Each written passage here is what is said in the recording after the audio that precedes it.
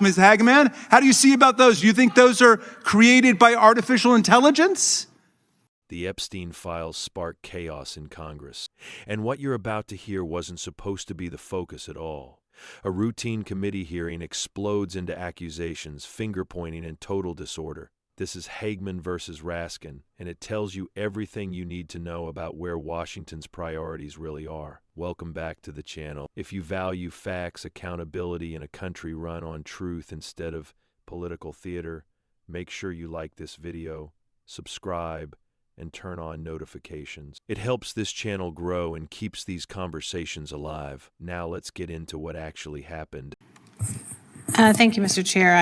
I want to support my colleague's amendment. I want to actually also support my colleague from North Carolina, her amendment as well, and I associate myself with both of their remarks. Both of you from Vermont and North Carolina. Yeah, okay. Well, let's talk about privacy and protection and safety. For the record, I do want to protect our athletes. I want to protect our boy athletes. I want to protect our girl athletes. I want to protect our girls. The president of the NCAA, and I know this was shared earlier, did tell Congress that there are less than 10, and not all of them are transgender women. There are less than 10 of the more than 500,000 NCAA athletes that this bill and these kinds of bills would be targeting. That is a small number. That is a small number to be using up so much of this committee's time when there are legitimate issues that are actually impacting someone's livelihood and their ability to be alive and to live safely. If we are going to talk about keeping predators out of our sports, I mean, the biggest predator is the NCAA mafia that is so focused on the bodies of our athletes and making revenue, getting more and more money. Scholarship's not a priority. Their mental health isn't a priority. Their physical health isn't a priority. Why don't we talk about how to rein that entity in? But we don't. We don't. Why don't we talk about, yes, the pedophiles who have preyed on our young athletes, our boy athletes and our girl athletes? Larry Nassar was a name that was brought up. Where is the horror and outrage and shock over what that individual did?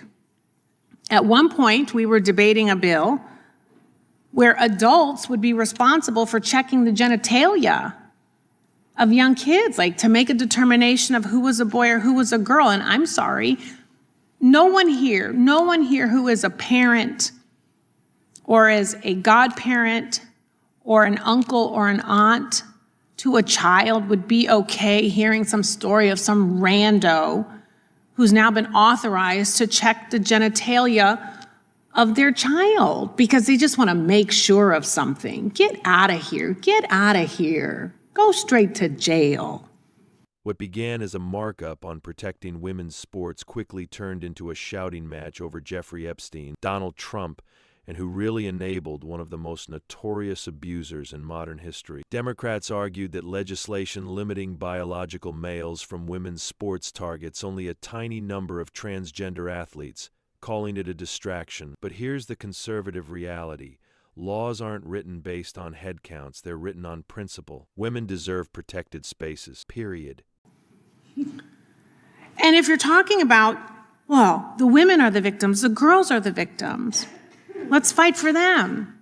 Yeah, okay, there's a list of young girls in those Epstein files.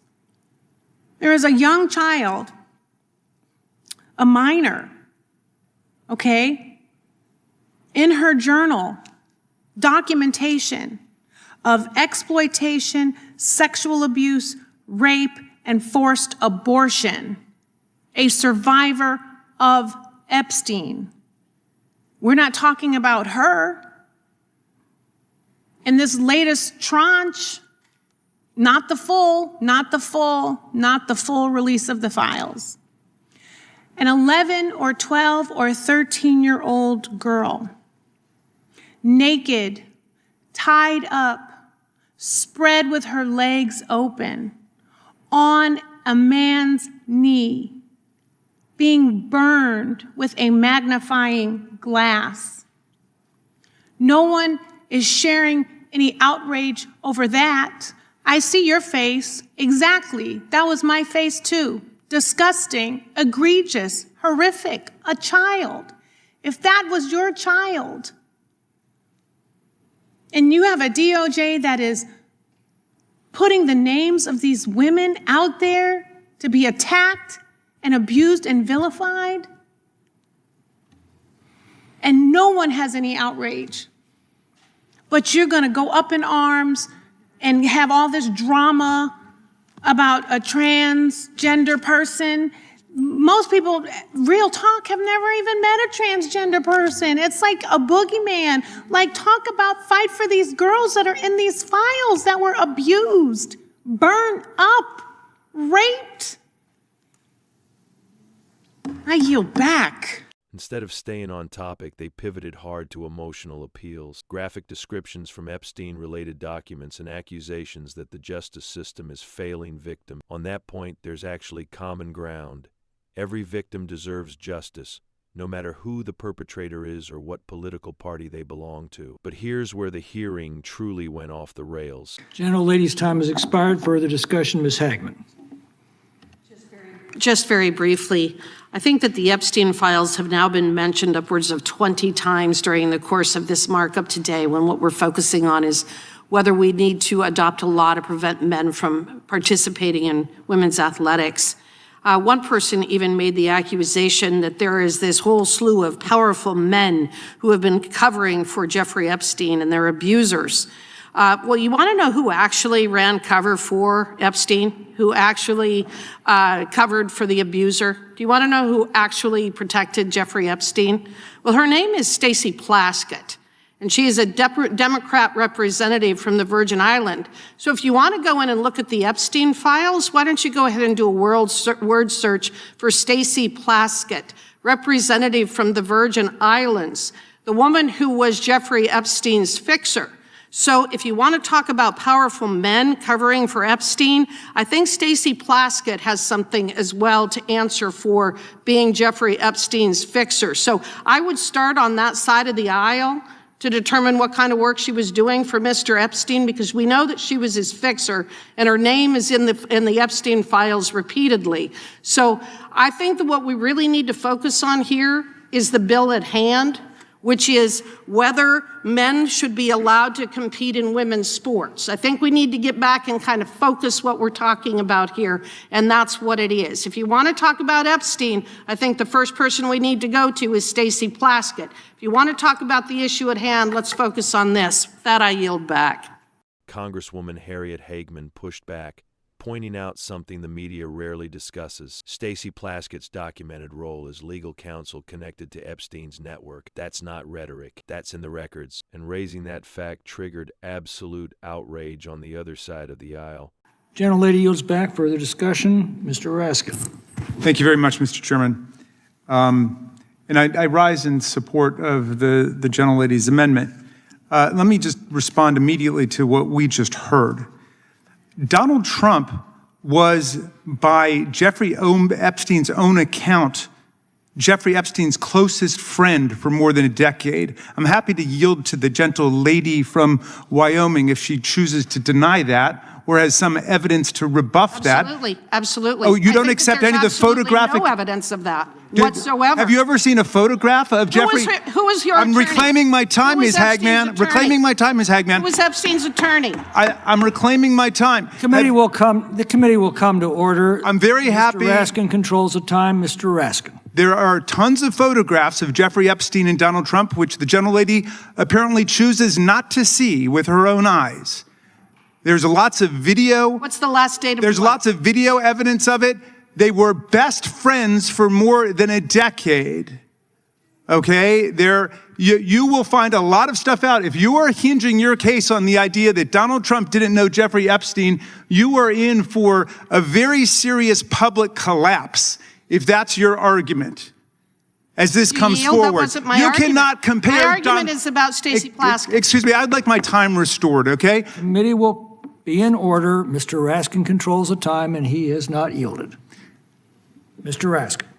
Stacey Plaskett is barely a comma in the encyclopedia of Donald Trump's complicity and involvement with Jeffrey Epstein and his international human sex trafficking ring.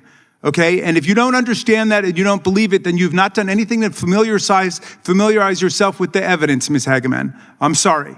And I know that your predecessor in office, Ms. Cheney, would have done that. She was scrupulous and she was studious and she took the facts seriously and she was not an ideologue who just fell for a cult leader. Okay? Now, back to the matter at hand. Presently, the Olympic Committee has already made the decision, I think, in more than half of the sports. So it's already decided, for example, that with respect to boxing, with respect to rugby, with respect to swimming, with respect to tennis, and with respect to volleyball, as I understand it, that all of these are limited to the sex assigned at birth. That's already been decided.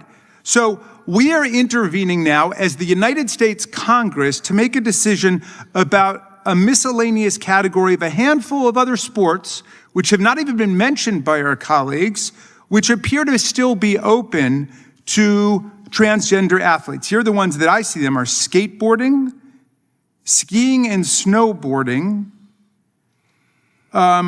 table tennis, ping pong, and then ultimate frisbee. Now, perhaps someone over there can explain why, when American citizens are being shot in the face by federal agents and the entire heartland of the country is in an uproar because of Donald Trump's private paramilitary army that nobody on the other side seems to want to talk about, we should be talking about whether or not transgender girls or women should be able to participate in ultimate frisbee competitions. Because that's really what we're talking about today. But they sure would much rather be talking about that than anything else. They don't want to talk about what's really in the Epstein files. I'm surprised, I'm stunned, I'm astonished, I'm flabbergasted by Ms. Hageman, who seems to go way beyond anything else I've heard from other Republicans. She seems to be in open denial that Donald Trump and Melania Trump had anything to do with Jeffrey Epstein. That's astonishing to me. I think she's setting herself for a huge public relations fall by going that far. Oh, here's some photographs, Ms. Hageman. How do you see about those? Do you think those are created by artificial intelligence? You got any problem with any of those pictures of your hero with Jeffrey Epstein, his closest friend for more than a decade? Thank you for bringing forth the photographic evidence. Keep that up for a while. Apparently some people haven't seen those pictures. They're very happy to talk about Stacey Plaskett, the non-voting delegate from the Virgin Islands, or Bill Clinton. And anybody who was involved in any crime should be punished for it, whether they're Democrat, Republican, Independent. I'll say it right now. Will Ms. Hageman, the very distinguished general lady from Wyoming, say that? Will she say that Republicans should be punished for their crimes if they were complicit in a $1 billion international child sex trafficking ring? I don't think so. I don't think she'll say it, not if it's Donald Trump. It's all about Donald Trump following him off into a path of oblivion. I yield back. Gentleman's time has expired. Is there further discussion? Mr. Moore. I yield to the gentlelady from Wyoming. Just very briefly, it clearly hit a nerve, didn't I, Mr. Raskin? Oh, very much so, because you don't tell the truth. It's very obvious. And that hits a huge nerve. I think that it's very obvious. Ms. Hageman, I'll interrupt her the same number of times she interrupted me, Mr. Chairman. Controls the time and is not yielded. Mr. Chairman, hold on. The ranking member just accused the gentlelady of lying. And I don't... Never use that word. Never use that word. Didn't he say about not telling the truth? The committee will be in order. Mr. That was the standard established earlier today, Mr. Roy. You weren't here. The committee will be in order. Does Mr. Roy make a point of order? May I inquire as to whether the gentleman with the ranking member accused the gentlelady of not telling the truth. I heard something to that effect that I might have misheard. If the gentlelady was denying that Donald Trump knew Jeffrey Epstein, that would not be a truth that I could endorse in the world of objective reality. This is my time. I never made that claim. I'll yield back for now, Mr. Chairman. Everybody calm down here, okay? The committee will be in order. I would remind members to direct their comments to the chair. The gentleman will continue in order. Oh, pardon me, gentlelady will continue in order. Thank you. The point of this is that nobody has made that claim, yet in order to try to deflect attention from the fact that Stacey Plaskett was Jeffrey Epstein's fixer, the ranking member has become hysterical over the fact that there are published photographs of Donald Trump with Jeffrey Epstein. Nobody on this side has ever claimed otherwise or that they did not know each other. They absolutely did. But Donald Trump was not the attorney or the fixer for Jeffrey Epstein. Stacey Plaskett was. So the point that I am making is when you have accusations being made by the other side about powerful men covering up for Jeffrey Epstein, I think the very first person you need to look to is Stacey Plaskett, a powerful woman via New York and the Virgin Islands. That was the point. That doesn't have anything to do with Donald Trump. That has to do with whether Stacey Plaskett is associated with Jeffrey Epstein, and she clearly is, as is shown by the records. So if you are concerned about powerful people covering up for Jeffrey Epstein, perhaps you need to visit with Stacey Plaskett first. That was the point, Mr. Raskin, and I don't think there's anything further to say. I yield back. I yield back, Mr. Chairman. Gentleman yields back. Representative Jamie Raskin responded by shifting the spotlight to Donald Trump, insisting that Trump's past social association with Epstein was proof of deeper involvement. Photos were waved around. Voices were raised. Order was lost. Let's be clear as patriots. Knowing someone is not the same as enabling their crimes. If evidence shows anyone, Republican or Democrat, covered up abuse, they should be held fully accountable under the law. But what Americans witnessed here wasn't a search for truth. It was deflection. While the committee was supposed to debate women's athletics, Democrats turned it into a referendum on Trump, Epstein, and anything else that avoids addressing the actual bill. That tells you something important. They don't want to defend their position on women's sports, so they change the subject. Meanwhile, Congress spent more time yelling about Epstein than explaining why biological fairness in sports suddenly doesn't matter anymore. That's not leadership, that's chaos. And that chaos is exactly what happens when ideology replaces common sense. Here's the bottom line: protect women, protect children, prosecute abusers, no exceptions, no political shields, but don't use victims as political props. And don't derail serious legislation with theatrical outrage meant to score headlines. Americans deserve better than this. If you agree that truth matters more than theatrics, hit like, subscribe, and share this video. Drop a comment below. Do you think Congress is avoiding real issues by manufacturing chaos? Watch the next video on your screen for more real breakdowns of what's happening in Washington, without the spin.